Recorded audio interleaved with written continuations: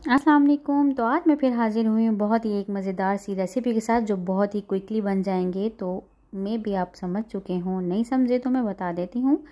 मैं आज बनाने वाली हूँ पेनकेक्स, और जो कि बहुत ही इजीली ये स्टेप फॉलो करते हुए आप भी बना सकते हैं। ये सॉफ्ट भी बनते हैं, स्पॉन्जी भी। और सबसे बड़ी बात कि यूजुअली लोग कहते हैं कि पेनकेक बनाते हुए जब हम बैटर डालते हैं अपना कढ़ाई में या पैन में किसी में भी, तो वो चम्मच से डालने लगते हैं तो इधर उधर भी साइड पर कहीं गिर जाए। तो इस रेसिपी में मैंने एक ट्रिक भी शेयर की है कि अगर आप उस ट्रिक से बनाएंगे तो आपका मैस नहीं होगा इतना ज़्यादा, पैन वगैरह कहीं पे भी आप इजीली उसे बना सकते हैं। तो ये मैंने घर में से एक वाटर बॉटल ली है साफ़ सुथरी, उसमें मैंने अपना बैटर ऐड कर दिया है।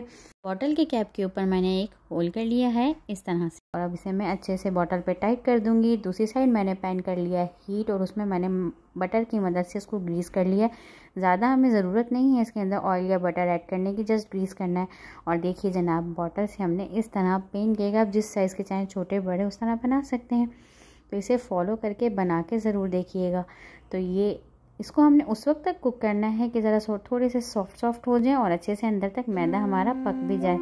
तो ये देखिए, दो हमारे रेडी हो चुके हैं, और बाकी जितने भी इस बैटर में बन जाए, 8 से 10 बन जाते हैं, तो वो जो है हम इसमें बाकी की भी रेडी करेंगे। और फिर इसको आप अपनी मर्ज़ी की किसी भी चीज़ से डेकोरेट करें।